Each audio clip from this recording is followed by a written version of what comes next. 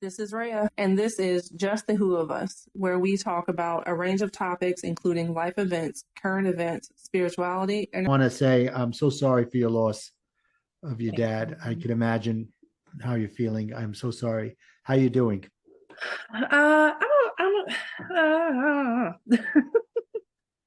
that an answer? Yeah, no, it is. It is. It's like every day's a different day, every minute's a different minute. Oh, I get it. Yeah. It's been a process. I feel like I've had all the steps of grief like in like 1 week and then kind of started over, you know. So I I understand that I understand what happened now. Um, Uh, I had this point kind of like maybe a couple weeks ago, I was just laying in my bed and I was like, I think he's actually like just still in the hospital. I don't think that any of that happened. Like it happened so fast, It was like, I don't even think that really happened. Maybe it was a bad dream. Um, mm, it wasn't. So, right, but right. my part of my family, we practice dark humor. And so, I've gotten to the point where I'm able to kind of joke about it from time to time. So Okay. All right. progress, I guess. Yeah, it's all part of the healing process. It's going to take a while. Yeah. And when you need to cry, cry. Don't let anybody tell you it's not okay. It's totally okay. Yeah, I appreciate that. I'm a person who tries to I realized this about myself a while back that I really try to not be emotional, and I still catch my time from time to time being like, okay, sorry, cut it out, kind of thing. But it's definitely something that I've been trying to remind myself, like, hey, you don't need to do that. Allow these Yeah. feelings to be felt, because if not, it's gonna hurt longer. So, Yeah, it's going to hurt longer. It's going to show up in different ways. You'll have resentment towards others. mhm. There's many, many things that'll come as a result of it. Yeah, yeah, absolutely.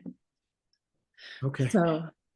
So what's been up with you other Uh, than being in Vegas?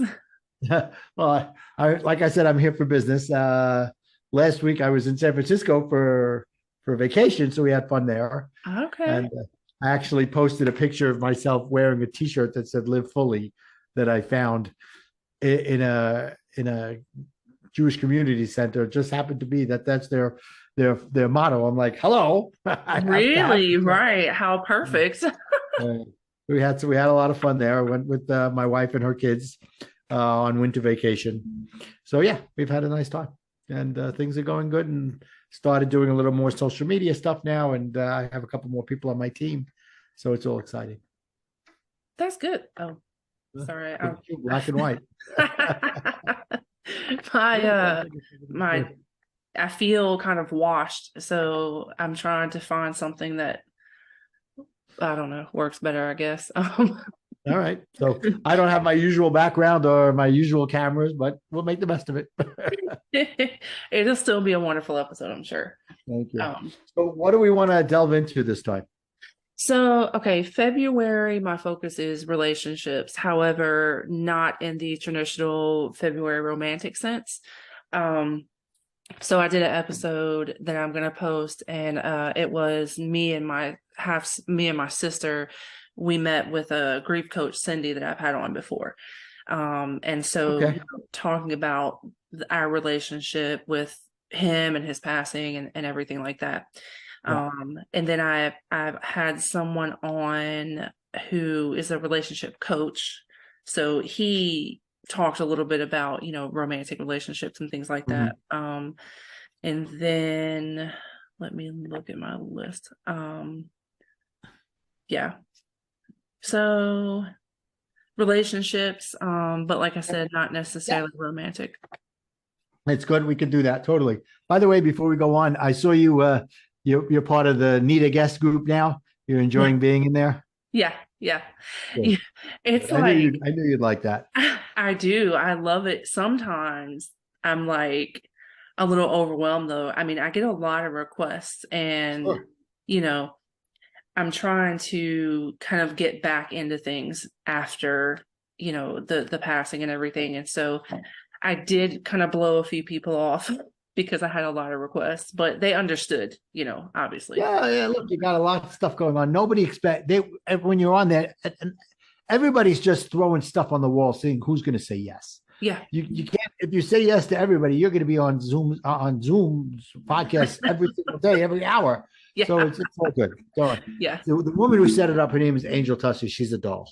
Oh, nice. Okay. Yeah, Yeah, yeah. I haven't I've only guested on one so far. And I kind of became so she also does weekly lives and I had become kind of a regular on her lives. Um Fantastic. yeah, and then you know, so I haven't done that in a bit, but it was fun. It was fun being on somebody else's and kind of, taking a step back and not being in the lead, Right. here and there. So that's fun. Um All right, cool. mhm. Good, good, good. So I'm thinking we can talk about something on this episode about I don't remember exactly what we talked about last time. So if this is something we talked about, then I'll switch it. Okay. We could talk about something about, especially when it comes to relationships, having conversations instead of confrontations. Oh, okay. Last time we talked mindset. Right. So I So we think could that, talk yeah. about building your emotional strength. Yeah, I like that. Yeah. Okay, so I have a card on that. My Okay, card set. perfect. And let me, while I'm here, because I went on the website and I feel like a doof because I couldn't find, I wanted to have the cards before we recorded again, but Right. with everything going on, and I feel like I went on there once, but like I couldn't find it. I saw the books and things. Right. But if you go to connectwithmartin.com, Okay. right at the top, there should be a picture of it. And Oh, yeah. The very first thing, life code card deck. Okay. So apparently that's not where I went before. you might have gone to the Warriors Life Code, which doesn't Yes, really have it showing so easily. that's So, exactly where I went. Yep. Okay. which I have to talk to them about is about putting some kind of link there on the Warriors Life Code to get to the cards as well for the people who show up there. Yeah. Yeah. Yeah. Yeah. Yeah. That'd be a good idea. I have 4 people running around like crazy right now doing stuff for me in whatever times that they have. So I'm building my team. I'm very excited about that. Nice. Yeah. Congratulations. Thank you. Thank you. You're welcome. All righty. So whenever you're ready. Yeah. Let's jump into it. All right, cool. Um, I kind of feel like I want to kind of let you take the lead on this one because you know kind of what you're talking about on the All right, cool. topic. But if you want to just introduce me and then we can go from there. Yeah, yeah, yeah. Talk about that this month. We're talking about relationships and so on and so forth. And then I can use that as a lead in. And then, okay, so you said emotional Build your emotional strength build. so that you can rule your emotions. You could control your emotions instead of your emotions controlling you. Okay.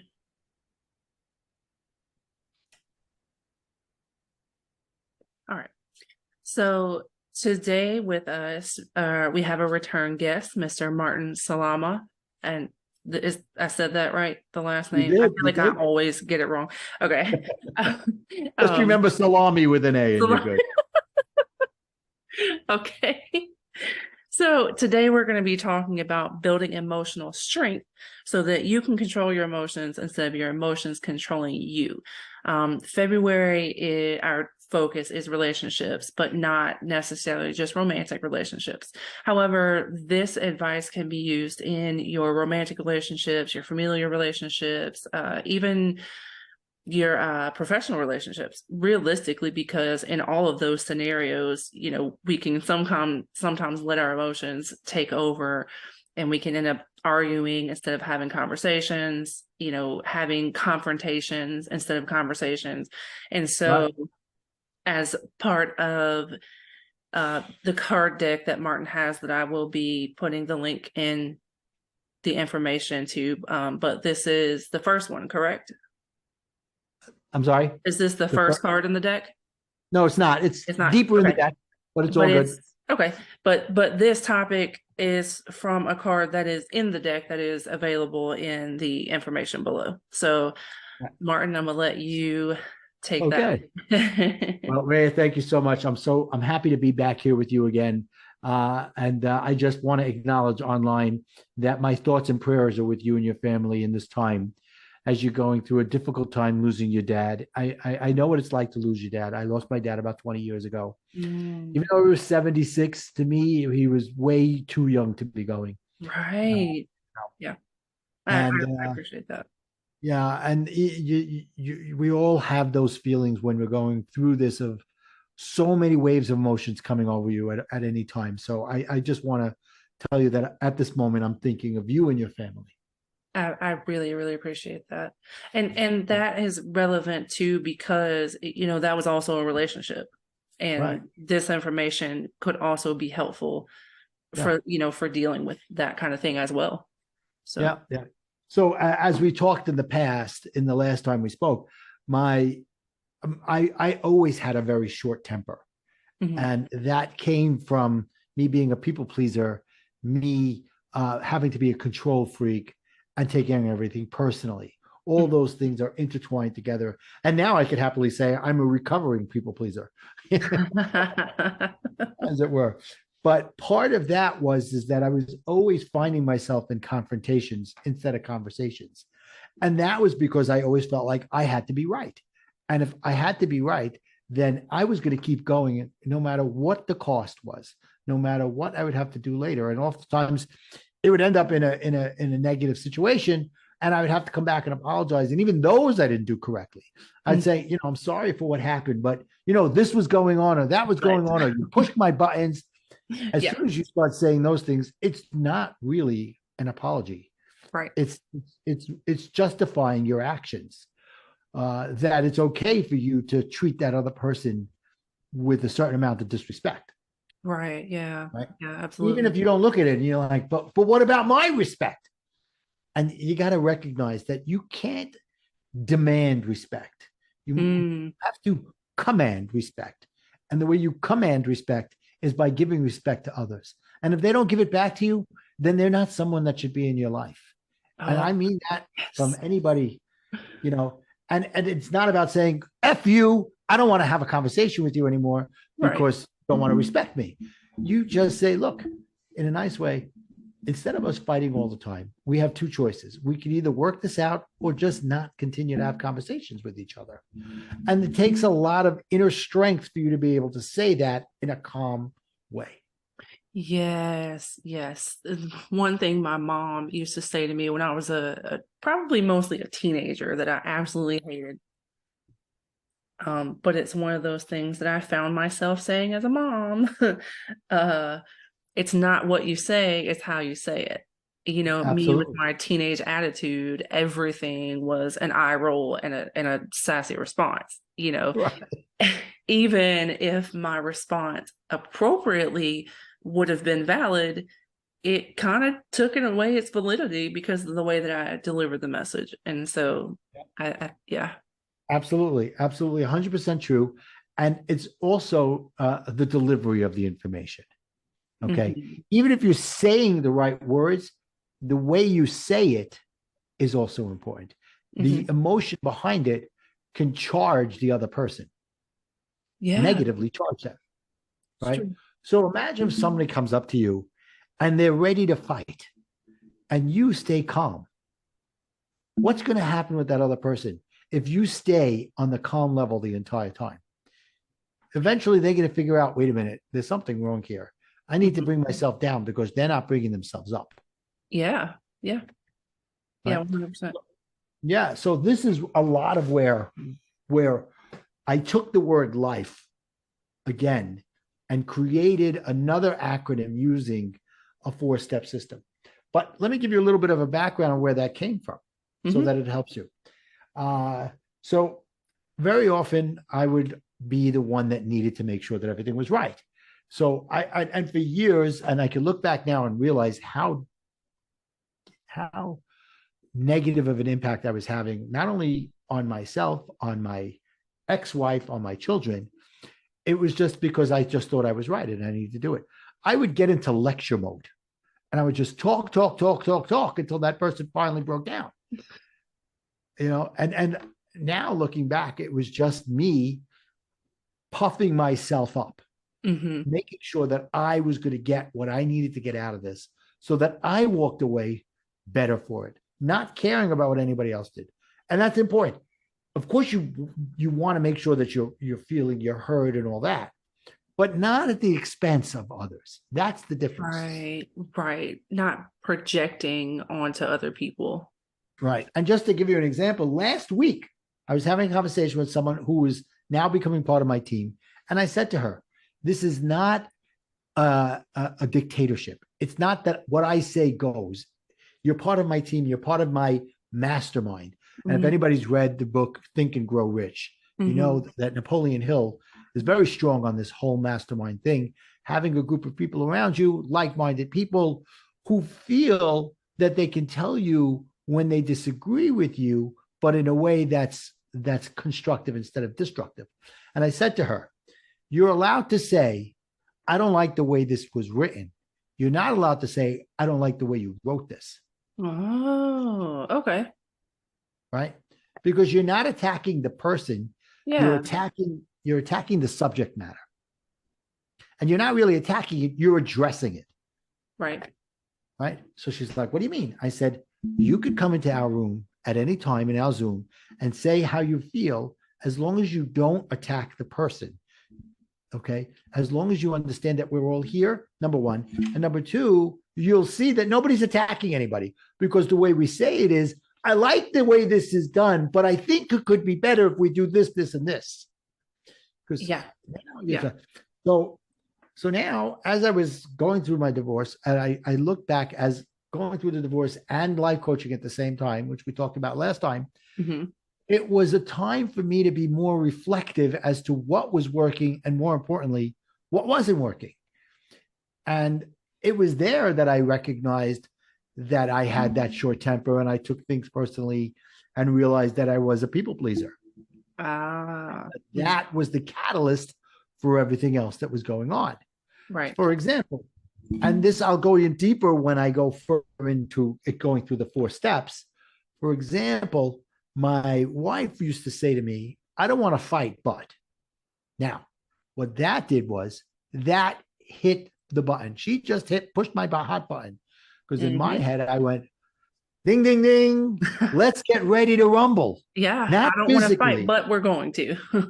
right? Not physically, Yeah. but verbally. Mm-hmm. And at the end of the day, so that would be in my head. Okay, she'd tell me the thing, I would already be charged, and I'd start freaking out. And then she'd say, "But I told you I didn't want to fight, and you just started the fight." Well, whether she did that consciously, subconsciously, it's not about her; it's about me. Right. I'm not looking to blame her for that. For Right. me, it's I didn't recognize that in a deep down level, she really was saying, I don't want to fight. Okay. But I already knew after 25 years that this is what was going to happen. Right. So as I went through coaching, I recognized that as something. So I started to build up and I conditioned myself and her, kind of like Pavlov's dog. You ever heard the psychologist thing about, you teach the dog the way to do things and they'll change the way they do things. Yeah. Right. So you teach yourself the way to do things and you'll change the way. And if you teach the people around you, whether it's consciously or subconsciously, they'll change the way they do things too. Yeah. Right? Yeah. So back in those early days when I was getting divorced and still a part of me was in that world of, I don't want to get divorced. And I was afraid about that because it had to do with my own self-esteem, my lack of self-worth and all that. And a fear that nobody would ever love me again. And recognizing now that I didn't love myself. So how could anybody love me? That's such a profound thing because I can relate to that through my own divorce. I mean, me and my ex-husband, we didn't legally divorce for many years after we officially separated. And part of it was kind of like, well, we're not gonna be getting married anytime soon, so we'll just get to it whenever, kind of thing. But I think that realistically, I think that it was difficult. It was more difficult to do over time because we repaired our relationship. And though Mhm. we realized that as a married couple, we weren't successful. However, this current relationship that we have now, we can be successful at it. It's changing our perspective and things like that. What kind of relationship do we have now? Well, if we get legally divorced, is that going to change that? Or, and those kinds of things. And it just, it's a mindset thing, you know? Um, Right. and Exactly. and most of the time something like that, it's failure. We didn't, we, Yep. and that's a fear, fear of failure for sure. And No question. yeah, but we had to realize, like, hey, if our relationship is what it is, it's going to be that regardless. We haven't been together at this point, I don't know, I think it was like 7 years or something like that. Since we officially split, we weren't intimate and all those kind of things. And our relationship is the same. It's the Mm. same as it was before, the day we signed those papers. And I'm glad, because he's a really good friend to have. But it's you think divorce and you think failure, and it doesn't necessarily have to be the failure of that relationship, because I think our relationship is more successful now than it was when we were married, 20 something year old idiots trying to bumble through life. Exactly. I could say the same thing because, for me, it was having that failure of a marriage that I didn't want. I mean, because then I'd be looked at as a failure along with every other failure that I was going through in my life. So I was Right. like, And there's that too. Yeah. Yeah. and you start worrying what everybody else is thinking about you. Hmm. So there's so much we can uncover from all that. Yeah. So, but I don't think we have 10 hours here. So guys, you'll have to come back. But on this subject, so I needed to learn how to stop having confrontations, not just with my wife. I've been focusing on that, but I had that with everybody. And I didn't realize how many people I alienated as a result of it. Because on the outside, I'm a great guy, all that, very gregarious and charismatic and easy to light up a room and whatever. But when you got to know me more, you're like, no, this guy's got a whole nother side to him, you Mm. know, and it's like take it or leave it. you know. So it was about me recognizing that that's not the way I could be. So I came up with this 4 steps to help me learn to move that needle into it being, instead of being like the Geiger counter where it's going to all the time, going off the edge, to Yeah. being Me in my 20s for sure. right, exactly, like the radioactivity of it. Yes. Yes.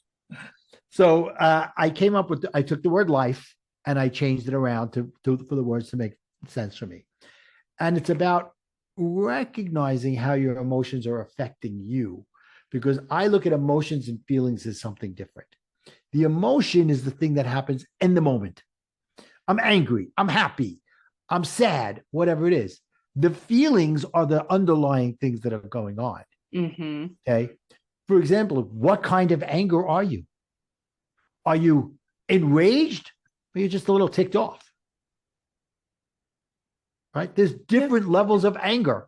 So I have this chart, and if the people come to I'll give it to them free to connectwithmartin.com. There'll Okay. be a link there for them to download the things that I'm going to talk about so that they can look at it a little closer. And one of them is a chart across the top of the emotions, and down underneath each one is a list of the feelings of the kinds of, so that you could use this to learn. And now, are you going to pull this out in the middle of a fight? Of course not. Maybe. Maybe. Wait a minute. Wait a minute. Let me go get my paper. We're gonna look at this Probably chart. not. Probably not. Look what you're doing. It's not about them. The more you control your emotions, the more they can't control your emotion. Hmm. Hmm. Right. So the number one is L, Listen to your inner voice and acknowledge your feelings slash emotions. Right? So your inner voice is saying, I'm really mad. I'm really angry right now. Okay. Mhm. Recognize it Yeah. and acknowledge it. Don't say, whatever, I'll figure it out later, because you're not going to. Right. Right. And in the moment, what I'm saying is you'll go back and look at this conversation or this confrontation that you had and say, okay, how can I do better next time? Because what we're talking about here is basically muscle memory for your emotions. Just like you learn when you're exercising, how the right way to do a push-up, how the right way to do a curl or whatever, a bicep curl. Yeah. It becomes muscle memory so that your Mhm. muscles know the right way to do it. So what's wrong with having an emotional muscle memory or a mental muscle memory? Yeah. True. So it's about recognizing it the first time, second time as you're going along and getting better at it as you go along. So then number 2 is identify your feelings, right? Number 1 was I'm mad, I'm angry. Number 2, take out the chart and look, what kind of anger am I? Right? And then number 3, find out why. Question your feelings, right? Why am I feeling this? Did that person hurt me? Did they help me? What's going on? And it's not about saying to them, Rhea, what'd you do to me? Yeah, it's inner work. Okay. And Right. recognizing the way it's feeling and Why so I'm feeling that way, not why right, they made me. Yeah. right. And then number 4 is the E, engage in change and take action. Now, that doesn't mean you take action right then. It means you set up a plan for yourself.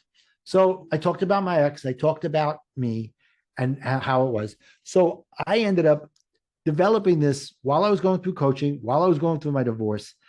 And it became something that I started teaching my clients, coaching my clients around.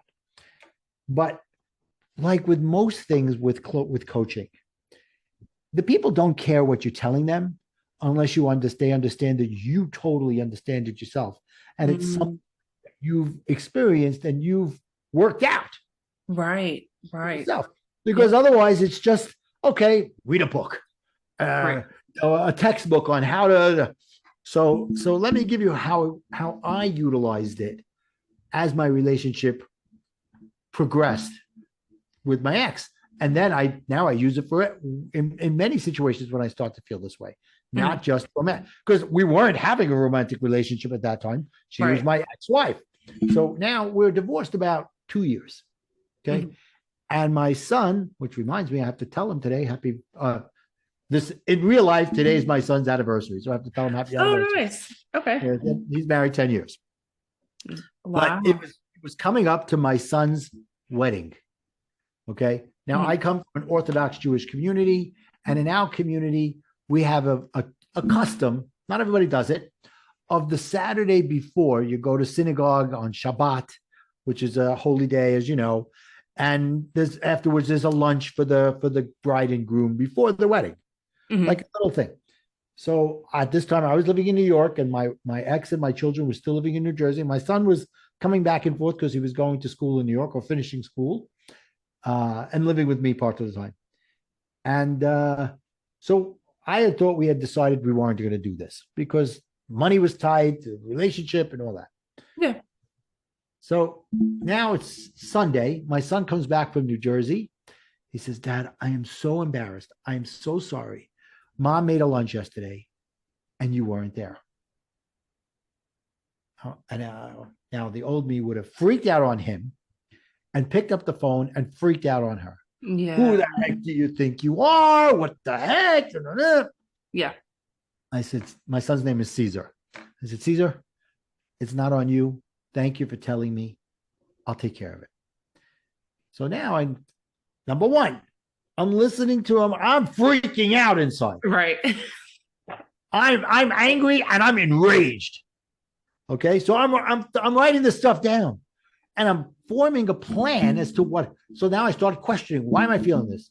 Well, I'm feeling this because she still feels that she has ways of controlling me, and she still feels Mhm. like it's okay for her to control the narrative. Mm-hmm. right? And I got to figure out how to for her to understand that it's not all about her and it's not all about making me look bad. And and the children looking and not giving me the respect as a father that I deserve. Mm-hmm. Again, commanding respect, not demanding. Right, right, right. Right? Yeah. I said, I said to myself, it's Sunday, Monday.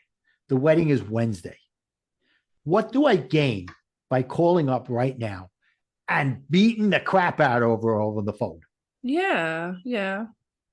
I'll be upset. She'll be upset. My son will be, my future daughter-in-law, my family will find out about it. My kids, there'll be a cloud over the entire wedding. Yeah. The old me would have said, I don't give a Right. flying freak. Right, I'm right, doing right. this. Because that's how I feel in the moment, and I'm gonna let it out. That's it. Yeah. And who would have benefited from that? Maybe my ego. That's about it. Yeah. I wouldn't have. In the long term, I definitely would not have. My ego at that moment would have been placated. So I said, okay, I'm going to wait. So we went to the wedding. It was a beautiful wedding, beautiful. Everything was great for that. So now it's Friday. It's 2 days after the wedding. I call her up and I say, listen, this is what you did. What you did was so on and so forth. And the message you were sending to our children was, I don't matter. What I say and do doesn't mean anything. I'm just a piece of crap on the floor. And I did this in a controlled anger. Okay. The difference of just flying off the handle. Yeah. I prepared myself. I actually went to a family member and went through it with them to say, let's make sure I'm saying the right things here. And Okay. here is the beautiful thing. And I can look back now and say that this was a defining moment. Because don't forget, I said I was always had that thing of feeling like I didn't want to be divorced and all that for whatever the reasons were. Mm-hmm. But I ended it by turning to her and saying, thank you for divorcing me. Because at that moment, I realized we were never right together. We had many good years. We have 4 beautiful children and 8 grandchildren and all that today. As of today, we have 8 grandchildren. Mm-hmm. But we were probably never should have been married in the first place, even with all those good years. And it's not about me and it's not about her. It's just about we were not the right fit for each other. And Mm-hmm. we would be called, if we got back together after fixing each other ourselves, let's say, on Yeah. our own, Yeah. eventually we'd go back to who we were together. And we'd be Yeah. back in a codependent relationship. Right. Right. And that moment was for me to recognize, okay, I've got to move forward. So I took it, and it was a confrontation, but it was a necessary one. And today we have conversations. Fabulous. That's great. Yeah. I can relate to that. I definitely can relate to that, to the difference between then and now, between my ex-husband and I then and now. Like, we have conversation. I mean, he will call me just to kind of like vent about life or, whatnot, where before, obviously, like, we wouldn't have called each other for anything positive. I Right. mean, we didn't spend a lot of time like being hateful to one another. It's Yeah. just, there was a point of time where we wouldn't have called each other for anything that wasn't kid related, and sometimes we didn't even call each other then. Right. I mean, we have 4 children together. We have 8 grandchildren. The families are continuing to grow. Mm-hmm. That we will always have some sort of a relationship. Right. It's not the thing of where we got married. We were married for a few years, never had any children. She goes one way, I go the other way. Never the two ever have anything to do with each other again. It's Right. But Right. it took me a long time to recognize that I needed to, and it wasn't about her, and it wasn't about what she was saying. It was about me telling myself a story that I could be the best I can be without being. And I never talked. I can't say never. Mm-hmm. I 95% of the time did not speak negatively to her about her to my children. That's I good. can't say 100% because there are times where my kids would say something to me that would have triggered me, and still sometimes it happens. Mom said this and this. I go, well, you don't know the whole story. Well, yeah. I So look, and my point out here is to tell everybody, I'm not looking for you to be perfect. Right. It's not, there's no such thing as perfection. Am I perfect like this all the time? Hell no. Right. Hell to the no. I Right. am not. It takes, I mean, no one's perfect, literally. You can't be, right? Like we're human beings, we're naturally flawed. And, you know, we can be the best version of ourselves. We can be the worst version of ourselves. We can be constantly in progress, Right. but literally no one is perfect. And if they think they are, No, that was part of my problem with my first marriage is I always felt that she was wanting me to be perfect. mm, Whether it's true or not, I'll never know because I'll never have that. I don't need to have that conversation with her right, now. right. Not that I'll never. I just don't need to.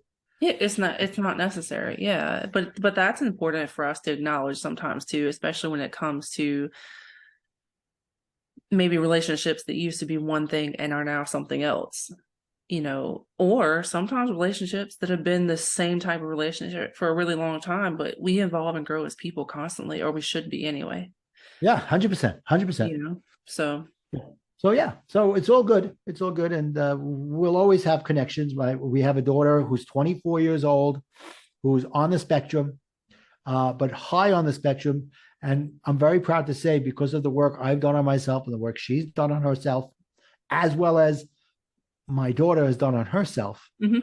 started college 2 weeks ago. And Oh that my was that gosh. was a big thing for all of us for her to get to that point. It's her Yeah. development of becoming more of an independent person. She's got a lot of things to do and Mhm. she recognizes it. And thank God she is where she is. And a lot of that had to do with mine and her mother's relationship with each other getting better and her Yeah. recognizing that um, we're a team, all of us, Yes. in her development. Yeah. Yeah, that's something that I experienced with my relationship with my ex too, because we only have two children biologically together. However, Mhm. I had my son at barely 15. I had my daughter at 18. We got married at 20 and 21. So, those children were small. They still to this day consider him to be their stepdad. Right, And though, you know, my oldest son knows his father, doesn't have the best relationship with him because of his father's actions. right, My oldest daughter, unfortunately, has never met her father. Um, by his choice, and they love my fiance. They've known him most of their life. He and right. I went to high school together, so I knew him before I knew my ex-husband. But long story short, they love him, but they still consider my ex-husband to be their stepfather because It's okay. that's who they grew up around. And yeah, I'm totally fine We're with in a that. different world. Absolutely. Blended families are totally accepted Yeah, as they should be, and absolutely. understanding that there are people that are coming in and out of your life, as long as they all love each other, they Yes. love the people, and they don't try to force themselves on anybody in any Right. way. Right. Say Right. that, or Yeah. force their will, I should say. Yeah. That's where the things come into play, where things can get bad. And as long as everybody understands the rules, and whatever the rules are, they Yeah. change each family dynamic have different rules. Yes. Yes. Yeah. So yeah. So I hope that this has been helpful. This 4 steps of life. You know, I'll just go over them real quick again. Okay. Listen to your inner voice and acknowledge your feelings. Identify those feelings. Find out why. Question your feelings and engage in change and take action. And you can see those are the things I did on my own for when I had that issue. And I look at that as a defining moment because I was already figuring myself out and learning. So that was kind of like almost like a graduation ceremony for me by me telling her, thank you for not divorcing me. Of course, Yeah. like I said, just because I graduated doesn't mean I'm not learning still. What, right. As you should, like we've agreed on before, we should constantly be learning and growing and evolving. Exactly. Yeah. Exactly. All Yeah. right. But I think, I love talking to you. I feel like Thank you. every bit of knowledge you give me is always wonderful. And I think that my listeners will definitely benefit from this information too, and like we said, it doesn't have to be, it doesn't have to apply to any specific type of relationship. No, no. You know, It's everything. It's all kinds of relationships coming in and out of absolutely. your life. Yeah. And really, my whole coaching is about understanding your mindset going from lack to abundance, from self-conscious to self-aware, what we talked about last time, Yeah. so that you can be the best you possible, so that when these things come up, you're not reacting to the situations and 100% of the time, maybe only reacting 5% of the time, and Yeah. you're responding the other 95% of the time. Yeah. And it may be 100 in the beginning and then go down to 85, and so it's like I said, muscle memory. And Yeah. it's part of my card deck, Warrior to Warrior card deck, which they could get for going to connectwithmartin.com. Hmm. Yeah. I'm going to issue myself kind of a challenge. So I'm going to challenge myself between now and the next time we talk. So about next month. I'm gonna, when it comes to, I'm having issues with one of my kids right now. We get along great when they do what they're supposed to, but they are having school issues, which is Right. making me not very happy. And I'm really trying to figure out, okay, well, school issues and certain things at home too. I'm trying to figure out within myself, okay, is it the way that I'm approaching things, or is it really this kid has just really been out there like lately? Right. Right. Right. Um, Right. and so even sometimes with my older kids, I notice myself kind of quick reacting and then I go back. Luckily, we have the type of relationships to where I can react and I can go back and say, hey, you know what? I want to apologize to you because this is what I did wrong. I should have done this. And Fantastic. I've really, Fantastic. thank you. I've really tried to be that person over the years, especially my kids getting older and me having a little bit more experience. It's like I've noticed things that I've done as a parent in the past that haven't worked. Why keep Yep. doing that? And I can't preach about communication with my kids if I don't communicate with them. So it's something I've really tried to work on for a long time. But I'm going to take this as a challenge to myself to take these 4 steps specifically in my parenting and with my fiance.